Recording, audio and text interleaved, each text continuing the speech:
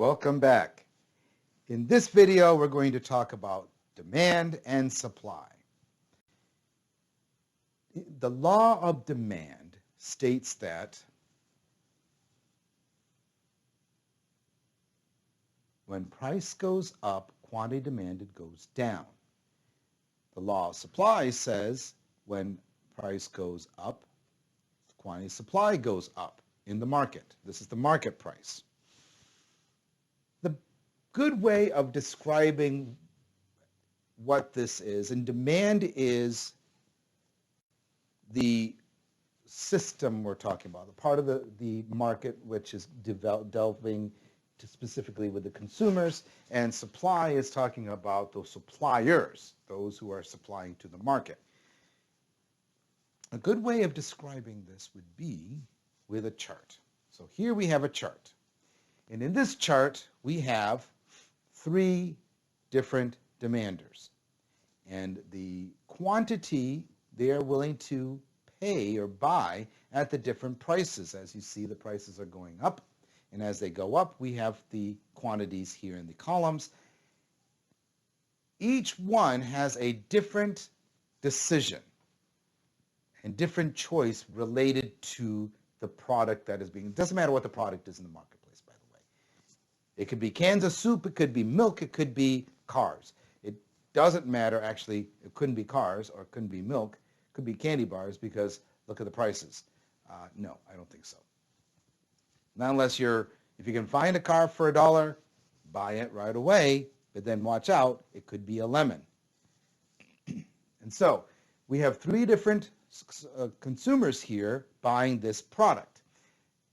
Each one has a different decision, and for their self-interest, they're willing to buy this product. And you notice that as we're increasing prices, there's one particular one that drops out pretty early because the price is too high for that person. So their choice is buy this product or use their money for something else. As we increase in price, we have a second person that drops out and a third one that continues all the way to the end. If we add the quantities horizontally, we get what's in the market for the total at that price. I want you to note, though, that when we say here's the market demand, it is not 100% everyone in the market willing to buy. Each individual participant, each individual consumer has a different decision and has a different choice of how much they're going to pay and how much they're going to buy.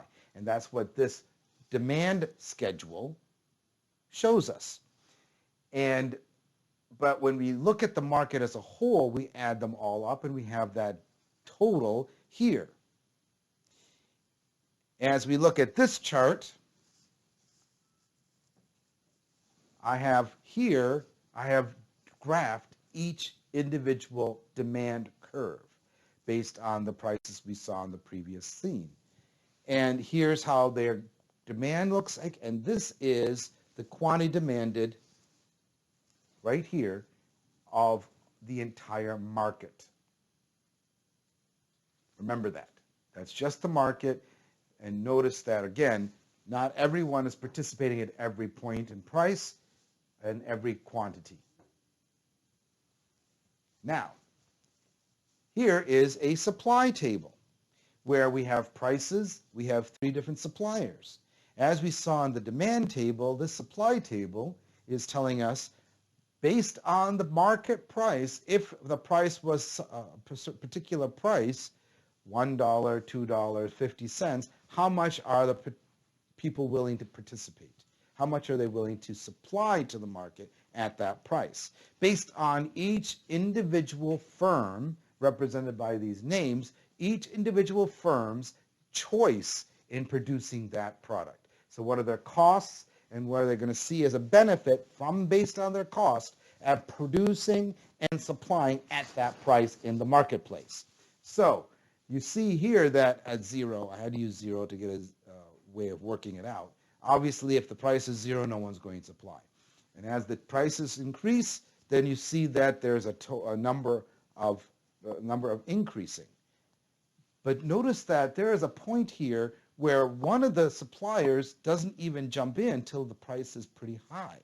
That's maybe because that particular supplier's choices and costs are so high that they do not see a benefit until the market price is that higher price. So they don't enter the market until much later when the prices are much higher. But we have one that jumps in kind of in the middle, and we have another one that participates from the beginning when the price is very low. Again, that's their choice based on their costs. And we, just like we did with the demand schedule, we use the supply and we add the quantity supplied across. So we have this market supply line or column there. And over here, I have graphed the individual supply curves and the market supply. And you see that here is the market supply curve right here, which is the horizontal addition of each of the different suppliers at a quantity supplied at each price point. And watch that. Now here is the whole thing. I have taken the supply curve and the demand curve we just drew, and I have it right here. It's right here.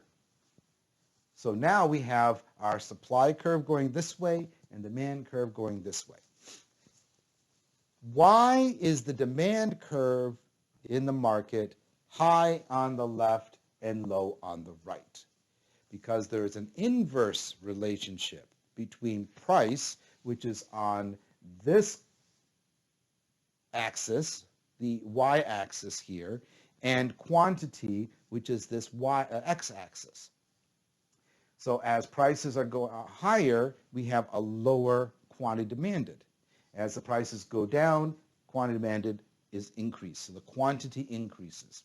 When it comes to supply, there is a direct relationship. As prices increase, quantity increases. So it is low on the left and high on the right. And they cross. Notice that they cross right here. See where they're crossing? That is a magic place. That magic spot right there is called equilibrium. Equilibrium is where the market demand, the quantity demanded at that price is equal to the quantity supplied at that price. In the market, where all participants are willing to pay the same amount that all participants are willing to sell or supply. I say those as a cautionary word. The word all in my all is not all. Recall that in the demand schedule that we came up with, there was one person who was not purchasing at this equilibrium point. That price was too high for her. And when we did the supply curve, there was one individual that the price was too low for him to participate. Therefore, he wasn't participating in the market until the price became higher.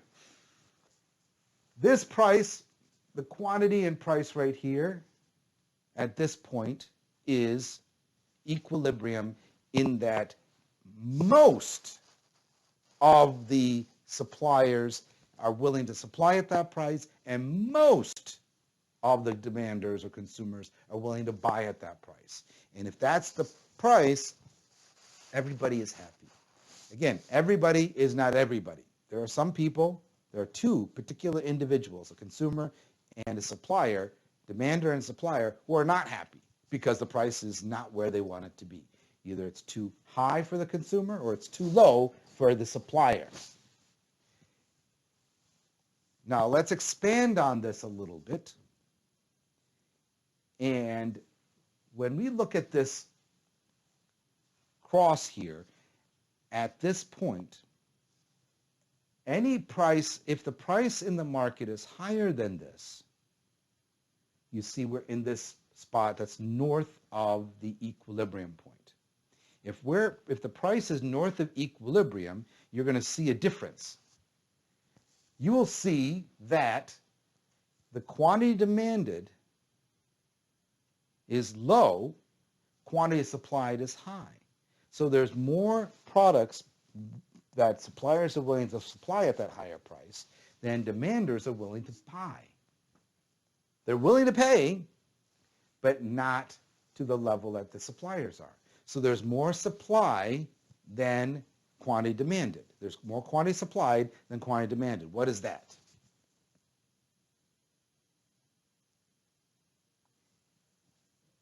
I actually don't use the word surplus in this situation. There is a specific situation that I will use it in, not here. I call it excess supply. Excess supply is when there's more product and the price is too high. So what happens? What will have to happen to that price to get to sell? The price has to come down to meet the demand where it is equilibrium. That is the same situation that you'll have with clearance sales. If you think about going to the store and you find we go to the clearance rack. I do this all the time.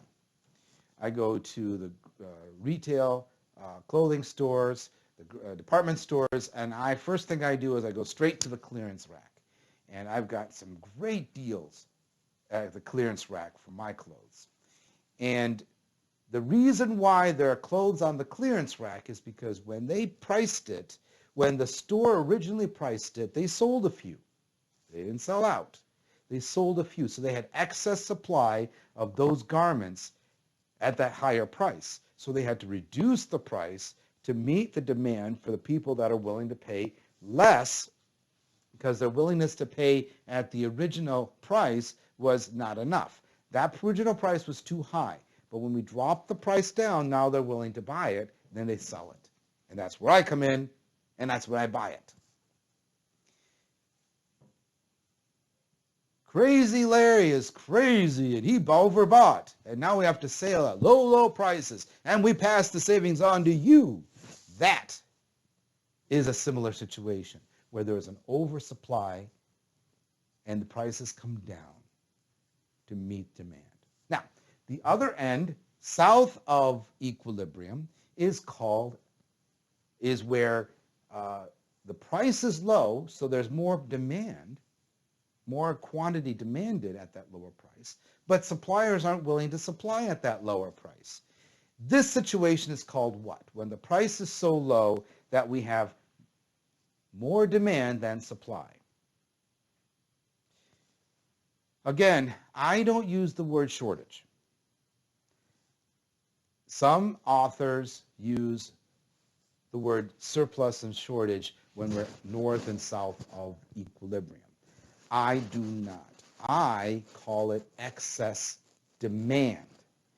Again, there's a specific reason where I use surplus and shortage, not here. We will talk about that, and I will come to that. So excess demand, and what happens when there's excess demand? When there's a short supply, prices have to go up. This would be a situation where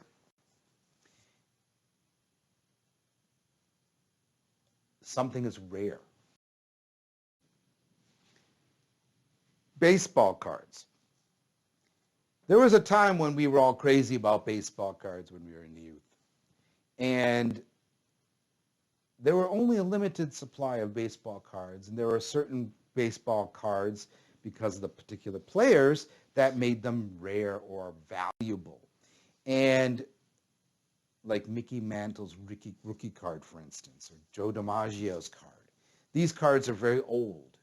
And if they're still in good condition, they come up with a really high price. Why? Because there's so few supply.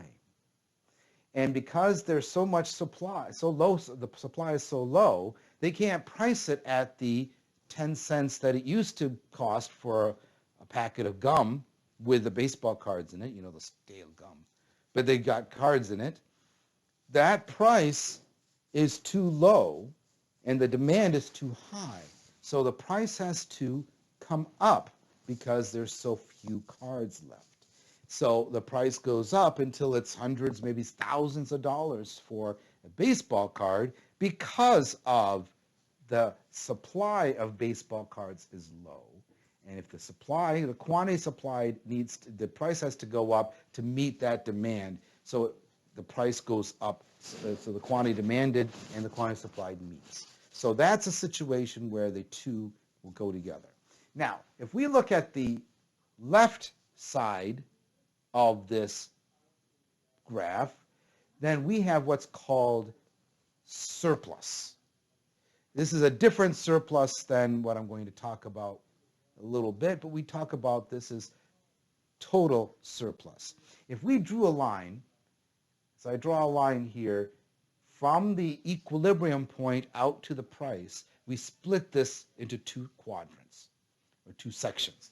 This top section that's bounded by the demand curve and the equilibrium price, that triangle right there is called consumer surplus. I'm coming back to the word willingness to pay. When we created this graph, and this based on the charts that we had before for demand, we had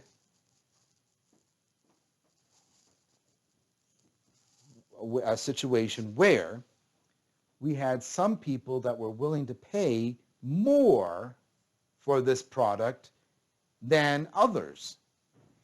And that's willingness to pay. That WTP is important right here, in that it defines this quadrant, this section here, this triangle. This triangle of consumer, it's called consumer surplus. Consumer surplus, the willingness to pay but don't have to. So it's like a bonanza, a savings. I was willing to pay $5, but the price is $2.50. So I saved money. In that I saved $2.50 because I was willing to pay $5 for it. I didn't have to. And because I didn't have to, I saved that money. That's quote unquote save. That's my surplus, in that if the supplier was willing to price it at $5, they would have gotten a sale from me. But at the same token, I would have been the only one to buy it at $5. There would be nobody else. So what's the maximizing point? Is equilibrium. We look at the bottom triangle, which is bounded by the equilibrium price and the supply curve. That is supplier surplus. The supplier surplus is that at these lower prices, some suppliers were willing to supply. Remember again on our chart, the table that we did for suppliers, that some of them were willing to supply at the lower prices but didn't have to, because the market price, the equilibrium price, was higher. And so at this higher price, they were able to supply more, but they were willing to supply at the lower prices. Not everybody. Remember, one particular one had to wait till the price was even higher and above equilibrium. Now that we discover what the equilibrium is, one was not able to do it at that higher equilibrium price. Would only supply at a higher equilibrium price. So the suppliers at these lower prices, if they lowered the price or were able to sell at a lower price, they would have been able to sell some. But they maximize doesn't mean most. Maximize means the most available, most applicable. They maximize their supply and maximize their sales at the equilibrium, because at the higher price we have excess supply, and if it was lower, there'd be excess demand and creates a shortage. There'd be excess demand. So we split the surplus into consumer surplus and supplier surplus, and that whole thing is called surplus. We will come back to this concept of surplus when it comes to the left tail of the equilibrium supply and demand chart later.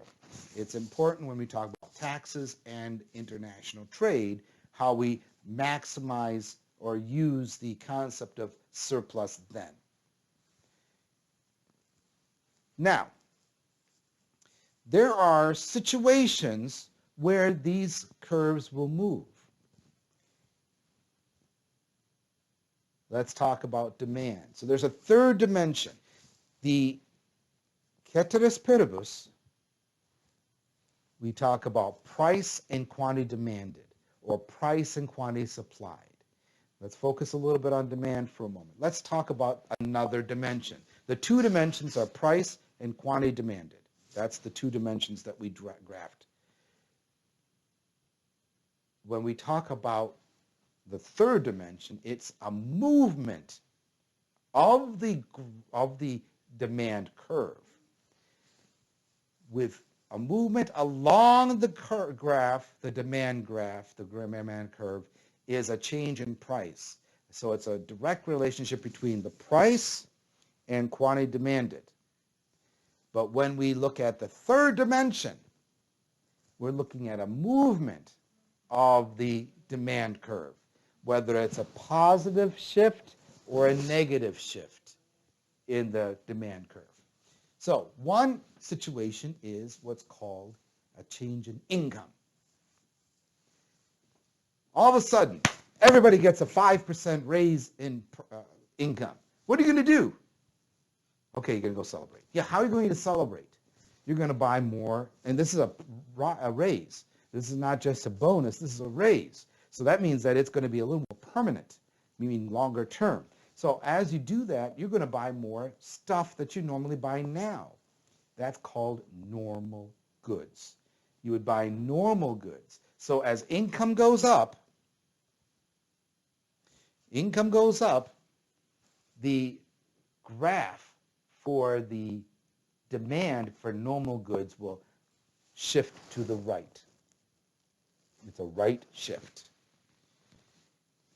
What if we all get a 6% cut in pay, and we get our, because of certain reasons, our pay gets cut? Well, we're not going to buy as much stuff anymore because we are not making as much money. So but we still need things. So if your normal good is to go out, and when I say go out, I don't mean just go out to a fancy restaurant. I mean even a mid-size, or going to takeout for fast food, going to McDonald's or Burger King or Taco Bell. Those restaurants I'm calling as going out and buying from someone else. Someone else has prepared it for you. That's the going out I'm referring to. And that's your normal good. When income goes up, you're going to go out more often. Why not? You're getting more money. You can spend some more money going out, getting that fast food, getting that Big Mac, getting that Whopper, getting that taco, going to have a steak at a fancy restaurant or not even fancy restaurant. But what if you get a cut in pay? What happens is you're not going to go out, so your demand for normal goods is going to shift to the left. But you're going to increase your purchases of what's called inferior goods. Inferior goods are not necessarily bad quality goods, okay? It's that they're the opposite of your normal good. So what you buy normally, if you're not going to buy that, you switch and change your habits, and you make a new choice because now your cost-benefit analysis is different. It's going to be different because you have less to work with.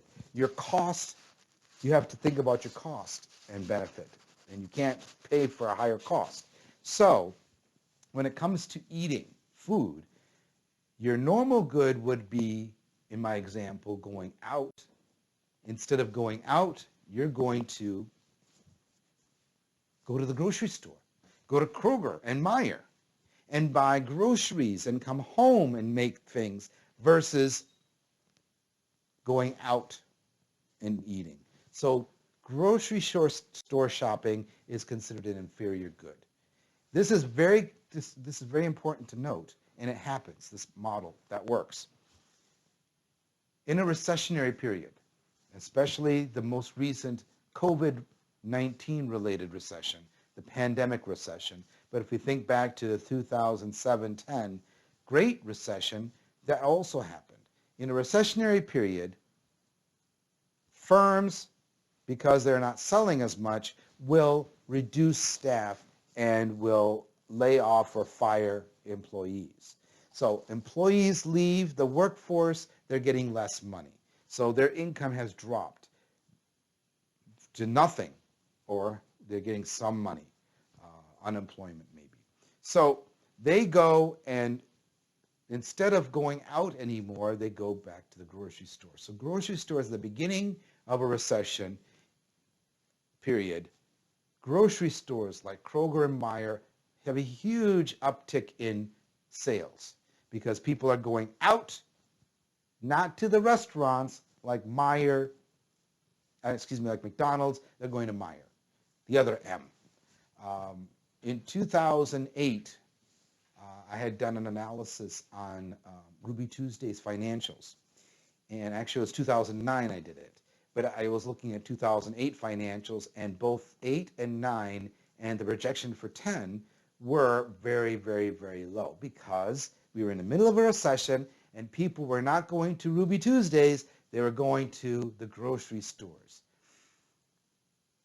to pick up food and cook at home, which means the cost benefit is that it's cheaper to buy groceries and raw food and cook it at home than going to a restaurant and sitting down and having somebody else cook it and buying the raw materials, raw food, and making it for you. The cost is lower, so the benefit is a little higher. That's income. The next one we have is population. There is a place, we call it Veggie Land. In Veggie Land, there are 10,000 people that live in Veggie Land. And of the 10,000 people in Veggie Land, 80% of the population are vegetarians or vegans. That leaves 20% that are non-veg. So a butcher in Veggie Land will have a bit of a struggle, but still will be able to sell meat because 20% of the population, or 2,000 people, will still buy meat at the butcher. Now, there is a population explosion in Veggie Land, and it doubles overnight. But miraculously, it maintains its same relative percentages of veg to non-veg. So there's still 80% vegetarian vegan, and there's still 20% non-veg. So now, instead of 2,000 people buying meat, there is 4,000 people buying meat. All of a sudden, the demand for meat has gone up because more people are there to demand for it. The population has increased. And the demand for meat will shift now in rightward. Okay? Another situation is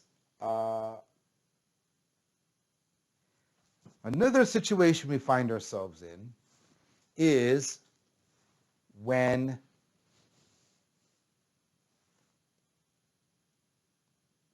let me put it to you this way. What if I were to tell you that the gas station down the street is going to increase their price tomorrow 20 cents? The price of gas is going to go up 20 cents. What are you going to do? Yeah, you're going to go tonight and drive the car and go get gas tonight before the price goes up, because there's an anticipation of a future price increase. And if you're anticipating a future price increase, your demand for gasoline today will increase. Price did not change, though. Today's price is the same as yesterday's price. Tomorrow's price is 20 cents more. If tomorrow's price is going to increase, you're going to increase your demand today, not yesterday, today, knowing that there's going to be an increase in price. And here is a chart of all the different situations and scenarios I just went over, and how the curve will move. Chapter 3 and 4 Supplemental. In this video, supplemental, I thought I would talk about in further detail, a little further detail graphically, how the demand curves and supply curves would move based on the criteria of movements of these curves, how would it work? So we have a market of pizzas. And so on the y-axis, we have a price, the price and the quantity demanded at the different prices. And here is the supply curve. Here is the demand curve. And here is the equilibrium price of $8 and 30,000 pizzas. Right here is the equilibrium at point A. Now let's pretend that this is Ann Arbor, and at U of M, University of Michigan, it's actually the students can buy two levels of meal plan. The first, or the economic one, is the students can have 2 meals a day, Monday through Saturday, and 1 meal on Sunday. Food service serves 3 meals a day and 2 meals on Sunday. And you can buy the next level, which allows you to have 3 meals a day or 2 meals on Sunday. But either way, either system, or either plan that you buy, you still cannot have a meal through food service at the dorms on Sunday night. So the students have to fend for themselves. Enter the pizza. The most popular, easiest, fastest meal to be delivered in the entire universe is pizza, the greatest dish. I can't eat it, but there it is. So, and that also blossomed into its own market in Ann Arbor, where there are a lot of pizza places. In fact, Domino's, Tom Monahan and Domino's, has their world headquarters in Ann Arbor on the north side of town. Not exclusively because of this situation, but it helps when you have a large population of people that demand pizzas, especially on Sundays.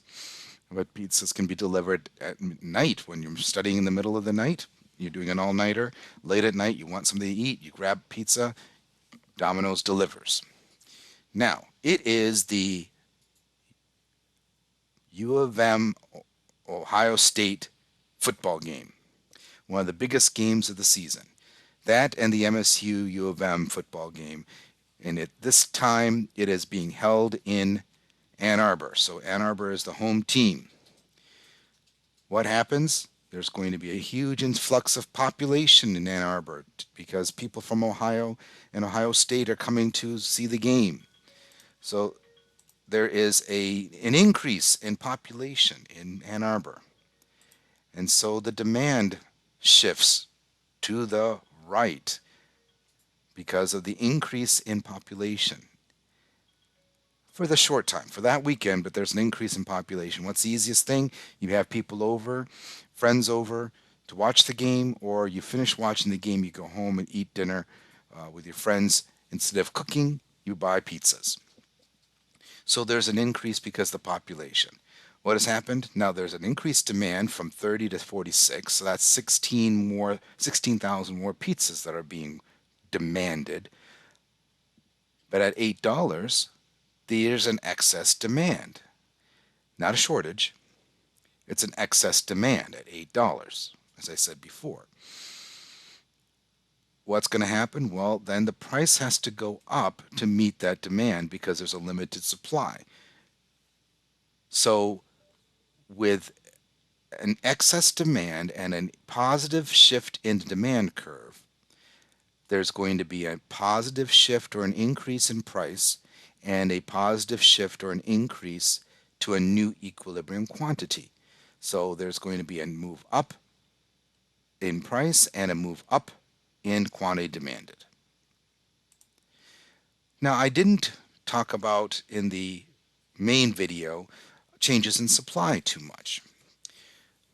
How does the supply curve change? Well, what if there's a decrease in wages and that reduces or other reduction in production cost, making it cheaper to produce at different price points.